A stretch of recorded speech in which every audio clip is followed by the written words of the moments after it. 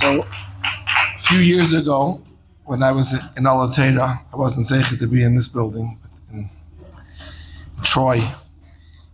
And even before that, in the years of Amches, Tes, especially when it came to Tashin Nun, Nun Aleph, Nun Beis, I really believed in Moshiach at that point in my life. Because when the Rebbe spoke,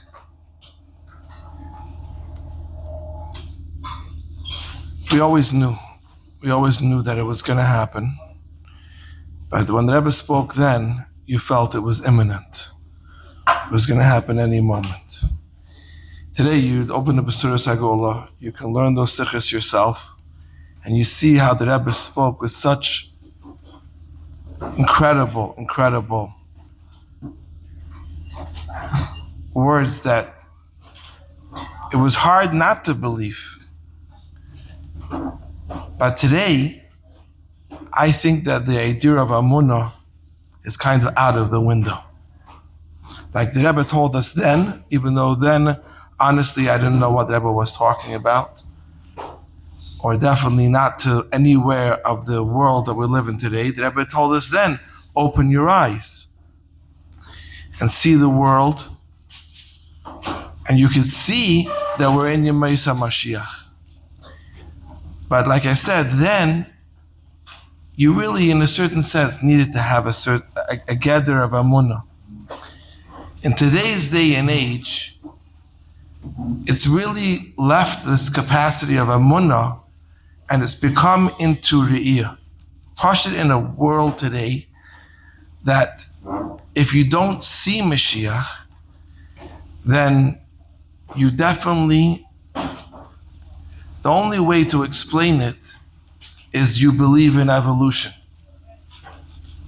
In other words, we all know that we would never want any of our children to grow up in a school where they taught the Big Bang Theory, that the world came about from a Big Bang, or the world evolved and came, because we believe in Bereshis Bara Elokim, that there's a creator. But yet today, is a musik of people who believe that the world, believe in evolution in the sense that the world is evolving. They watch the technology, they watch the things that are happening around them. But instead of recognizing, like the Yidden by the Yam Suf, when they said Zeh Keli V'Anveyu, instead of recognizing that this is the Gili Ashchina, they see it as evolution. The world is science. The world is evolving. Why was there such a big chiddush that the children was the ones who recognized the Eibishter first by the Yam Suf? What was the big chiddush? They saw Moshe stood by the Yam Suf. He put his stick there, and the water split. What was the big thing? Zeh Keli V'Anveyu. This is the Eibishter. What in the world? What else would it be?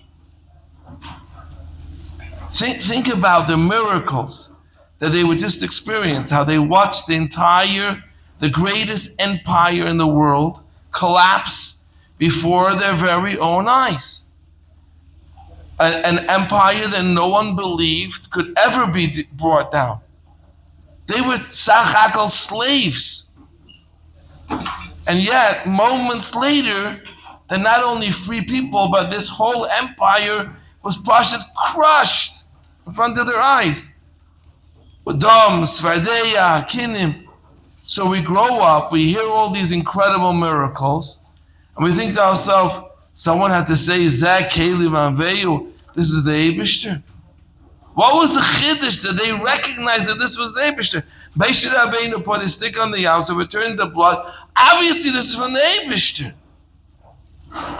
But the reality in today, I can never understand that whole idea. What was the big chiddush? But today you can start really understanding that things can happen in front of your eyes, the greatest miracles, and you could literally be oblivious to those miracles, where it's coming from.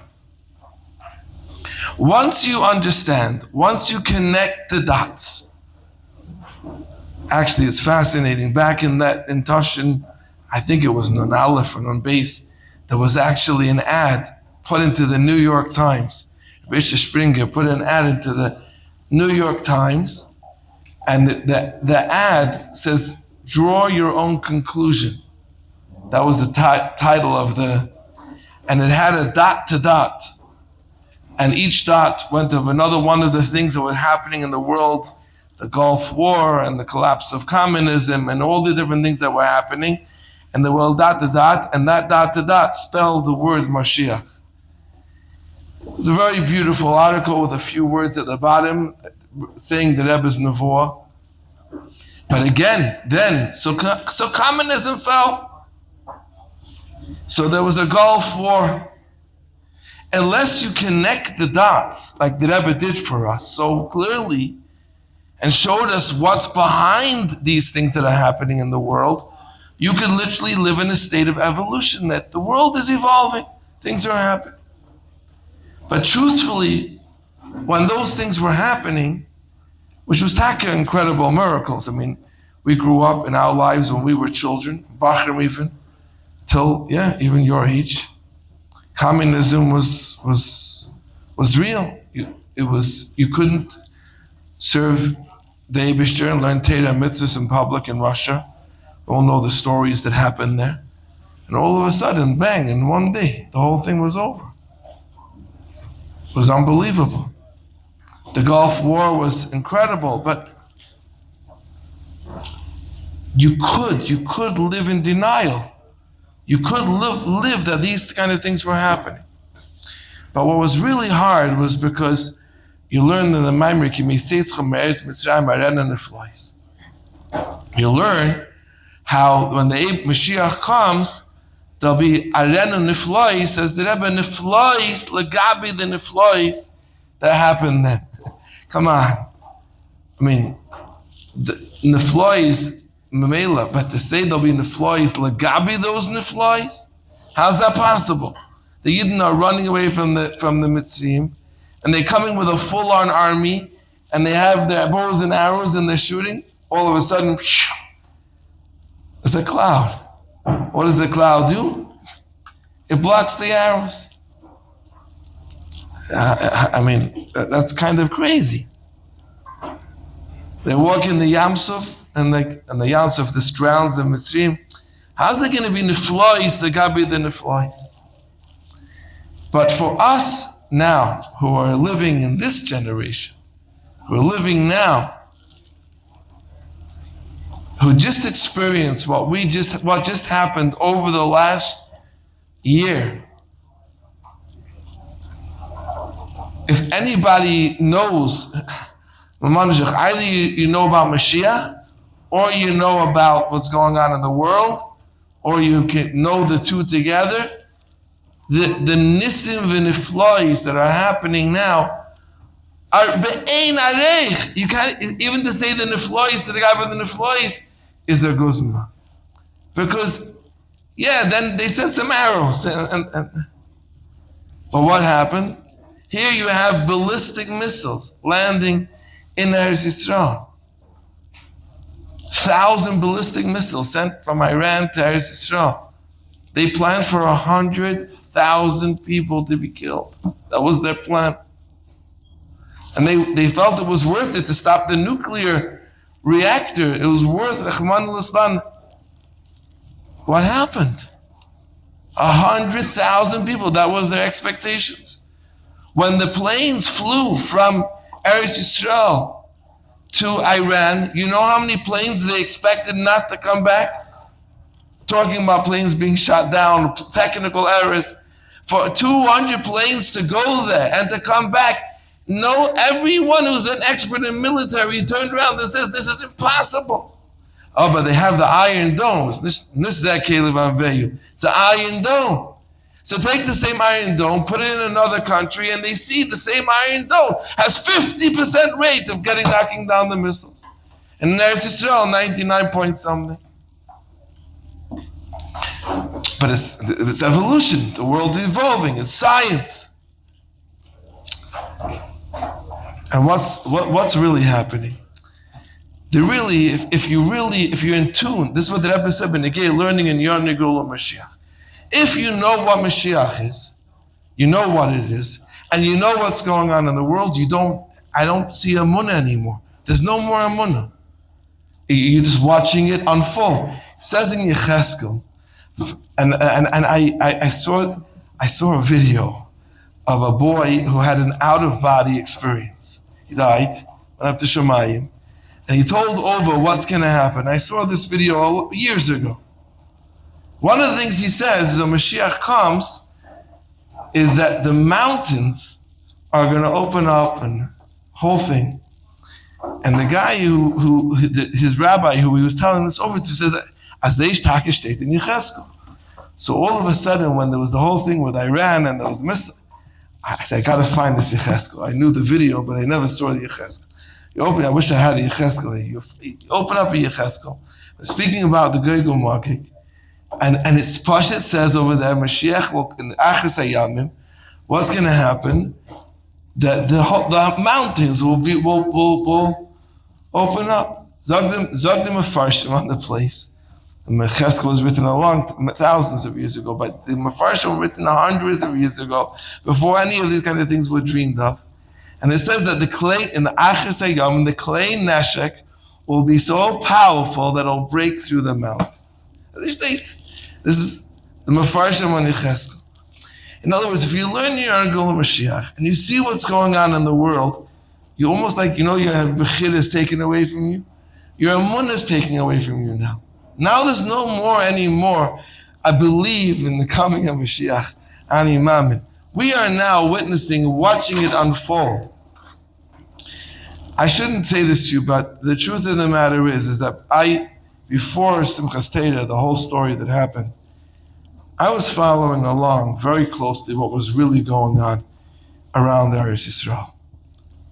And I got to tell you something. If you knew what was happening, if you knew the 40,000 Hamas soldiers in Gaza, over 100,000 soldiers of the Hezbollah in Lebanon. Who knows, Syria was craziness from that side. And this was a planned thing for years. They had this plan of attack. And I don't want to say this even, but this boy that he was talking about, he had this out-of-body experience. He was describing what's going to happen by Achas Hayamim. And what he really described was a scenario that within 2 days, the whole Tzahal was completely finished. And B'derech HaTeva, with what they actually had planned, and Hamas coming in with their 40,000, then Hezbollah coming in with their 100,000 in Syria, and at the same time, it wasn't a matter of a long time before Iran would have had 20,000 ballistic missiles to shoot at one time. No systems in the world could handle dealing with that. No one could imagine what was actually, and by then also will be nuclear. This Shtal Zechvar, Rachman al-Islam, what happened to Simchas Torah. But this was all in the works. B'li Guzman, none of this is made up. This is all factual things.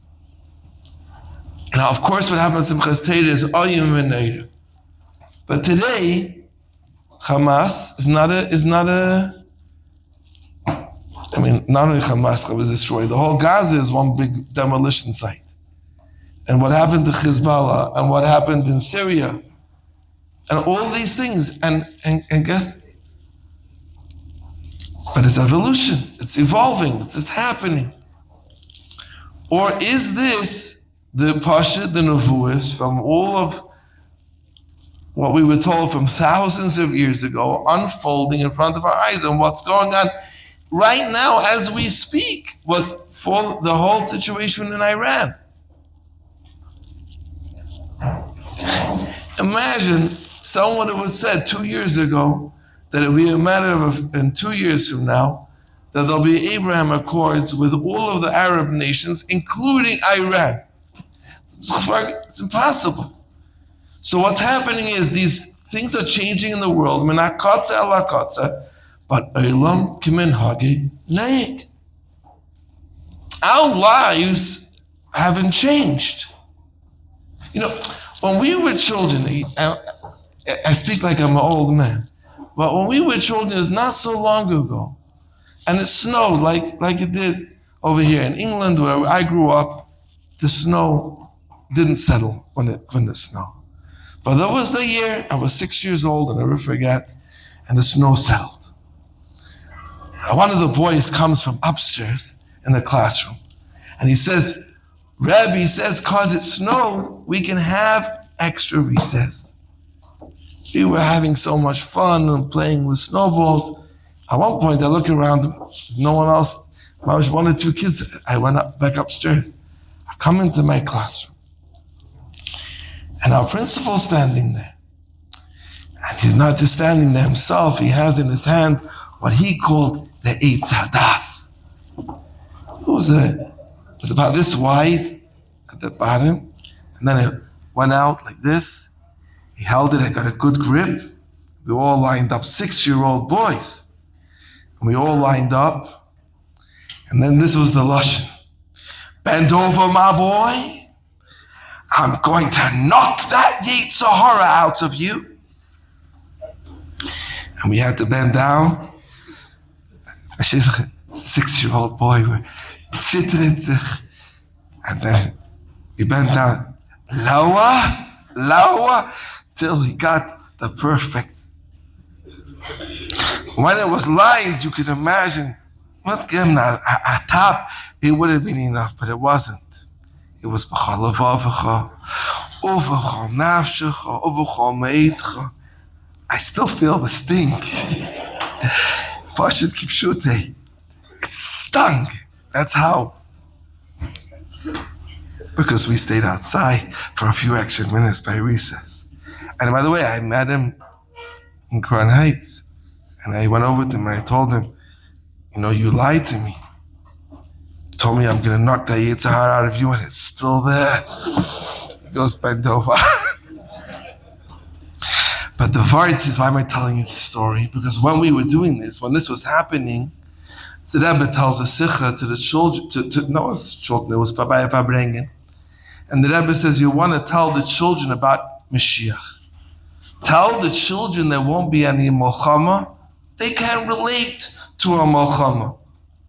Tell the children that when Moshiach will come, there won't be a kanchik hanging in the classroom. You know what a kanchik is, yeah, a belt. So there was a kailichdike malamed. He takes, not a good one. He takes actually uses the belt. But even if he doesn't, even if he's a good malamed, but the child has to always sit there with looking at that kanchik, and he's always, sagt der Kind, Moshiach wird kommen, the kanchik won't be on the wall anymore. You guys never even saw a kanchik in your life. You don't even know what the Eitz Hadas is. It's Olam Kiminhagi Naik. The world has changed in so many ways, in the most incredible things. But what happens if tomorrow, with AI and Alamaisis, they'll come develop medicine, and people won't die anymore. People won't get sick anymore. But Elam Kiminhagi Naik, it's another advancement.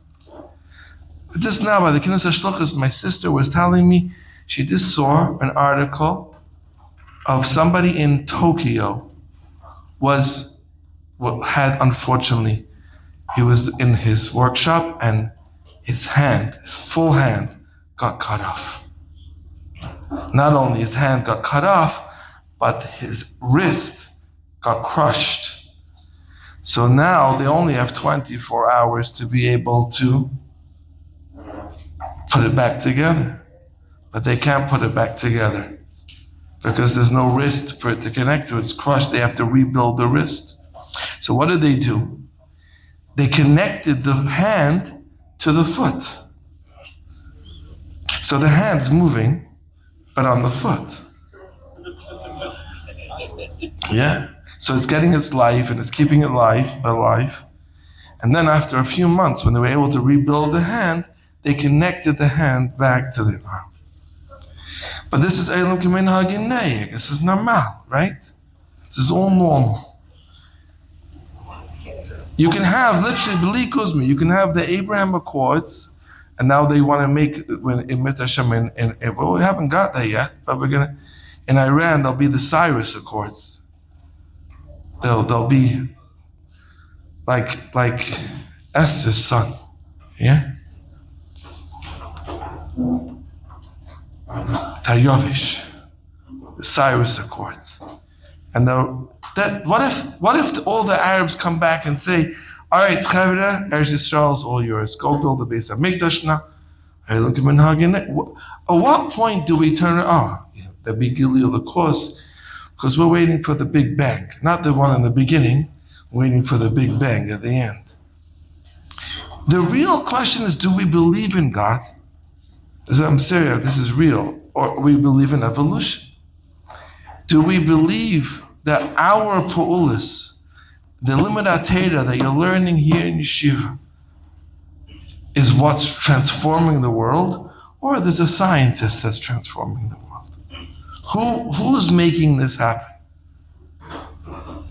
So Moshiach could be a belief, a fantasy, or it's something that's mamish, a reality. And when I was 12 years old, I don't remember much from when I was 12. You see, I remember they came when I was 6. But when I was 12 years old, you go to Vabrenga. What do you remember from when you were 12 years old? But there was a Chavre man. His name, Olav Hashalom Rabbi Vogel, who said over a story. And his Mishtark the Numan. I mamish, it took over my heart, my neshama. I was like, it connected with it so strongly. I never forgot it. About a bacher, an English bacher. He comes from England, and he comes to an American camp. And they have something he never saw in England, a grand play, staff play. Now this guy, he was a real good actor. You know, there's the guys in camp who are like the actors, and then there's a Chad Bedara, who's a phenomenal actor, like Yossi Jacobson in his days. Anyway, today is big Rabbi Weinbaum, but then in camp he was the actor. He was amazing. Yosef Kanakov. There was guys, Chad Bedara. So this guy was one of those bacher. Imam was amazing, and with his English accent, oh my God, he had the whole camp rolling. He was on the floor. Anyway, he felt so good on stage. We're not going into our Yitzaharas today, but it exists. And he wanted to develop his skill set. He met him in Manhattan, and he sees a sign on one of the streets. It says Broadway. Let's cut a long story short. He goes and he signs up to get a. He wants to be able to get a part in the play, and he comes in, and he says, "Excuse me, sir.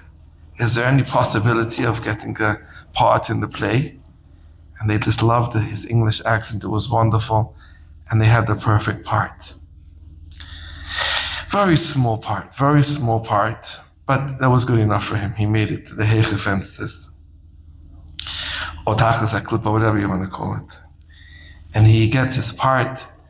And in the beginning, he was embarrassed. So his whole line was, "Woe to hear the cannons roar." This was the whole line in the whole play.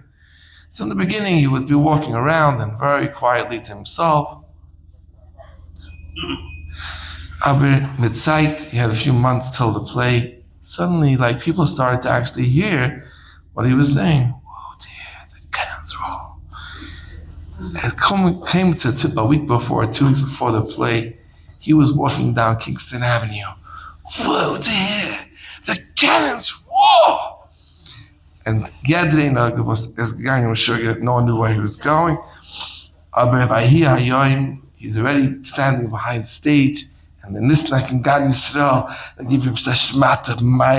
What a costume he was wearing! Mom was like a real uniform.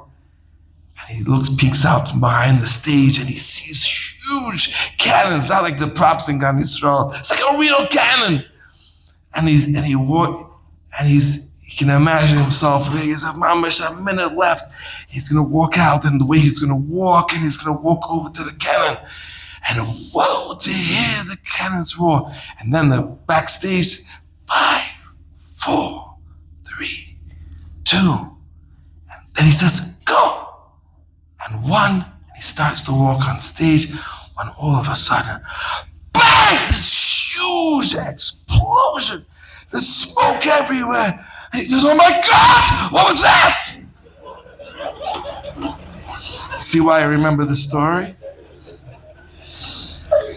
And Rabbi Vogel, 5-ish Vogel, he said, 12 years old, I was in the Sifta, and I remember, he says, Moshiach's gonna come, and we're gonna say, oh my God, what's that?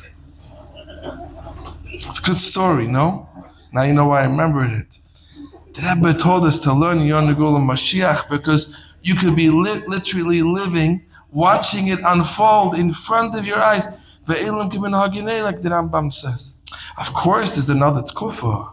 Of course, there'll be a time with Gili Lakus Kipshutei. But what's Gili Lakus? What is Gilui Lakus? It's a Gilui, it'll be seen to everybody how everything is the Eibishter.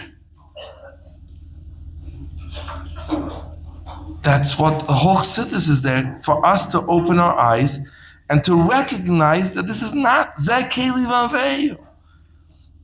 That everybody recognizes that the Gidden are the Eibishter's folk. Everybody recognizes that the Eibish is the creator. Well, you wait, but we're waiting for a big bang. That's what we're waiting for. We're Kaviyachal watching it evolve in front of our eyes. So if you learn in Yon Geulah Moshiach, you know what a cannon is, and you know it's going to blow up, and you know it's going to explode, then when it happens, you don't go, oh my God. He didn't say that, by the way. Er gesagt in andere Werte, which I didn't want to repeat over here, but it was, that's maybe why he really turned. But it was gewaltig. But if you learn Yon Geulah Moshiach, you know what is happening ba'achris hayamim, and you see what's unfolding in front of our eyes, and you know it's you. So then when you have that question in your mind, do I sit now through Seder? Because I remember that. I remember it wasn't from the first part of the day. Chassidus was geschmack, and then davening was more geschmack. I made it back for Seder Nigla, but you go through the day. Sometimes it's not easy to stay in Zelle all day, and if you're here, but to actually learn the whole time. But I remember the time when we all, like Tashin Yud Aleph, they signed the Tzivos Hashem, right? When the Rebbe spoke about Yechiya Melech, we in that time, we were in Zelle, and we wrote all to the Rebbe, Tzivos Hashem, so the Rebbe accepting the Rebbe's Melech HaMashiach. I remember I still that I was holding Cheskes Habatim. I remember Daf Tes. There was a Daf Tes.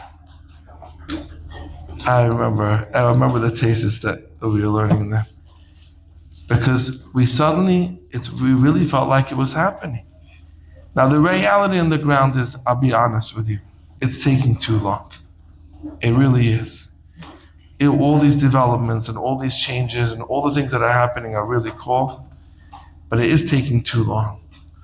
But sometimes you get the feeling like, okay, it's really cool that it's happening, but tell me, what can I do about it? I can scream Ad Maseh Nachama, scream Yechiya Melech Nachama.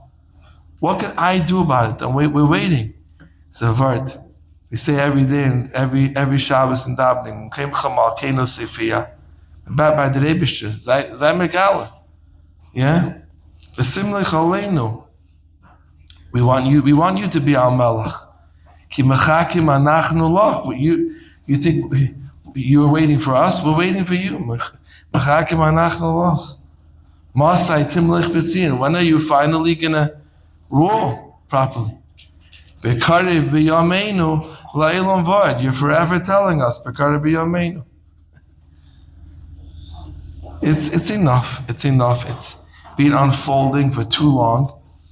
But the question is, who has the button to expedite it? If you see that the explosion of shluchas, of what's happening with the shluchim around the world, the explosion of the yeshivas, and the bachrim today, which halavai, when we were bachrim, we would come to your piyatas. No, really, I'm serious.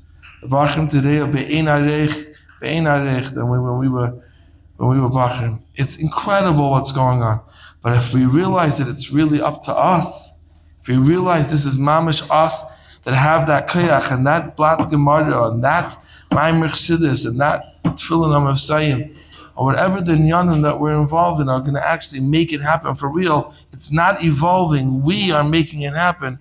It gives us a whole different sense of meaning and feeling that it's not evolving. We're making it happen. It really is us. The Deir Ashvi that are bringing the Shechina Lamata Ba'aretz.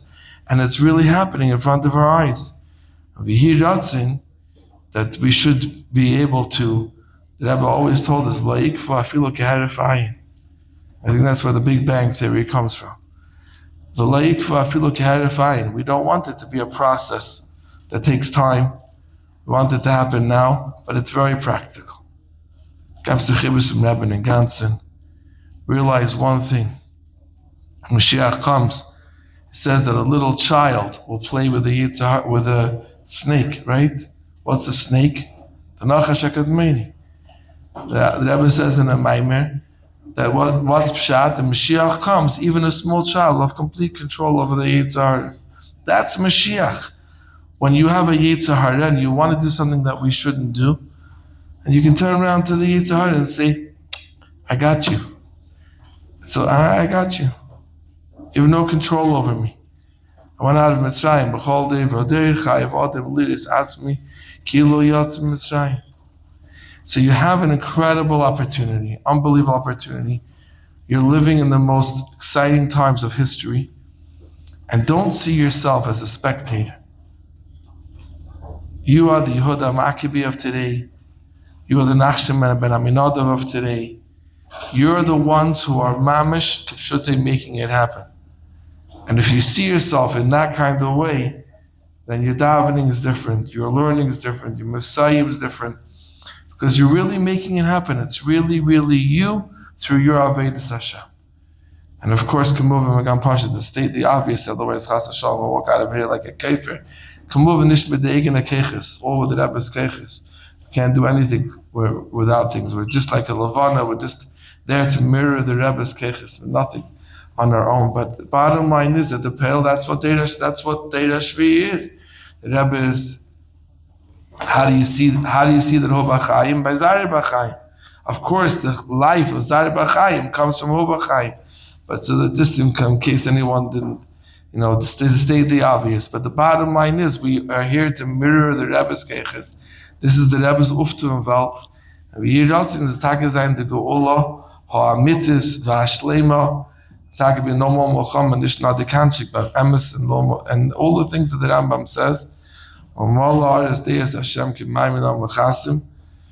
you say the Zamadachach, and take it from me up, Mamash L'chaim.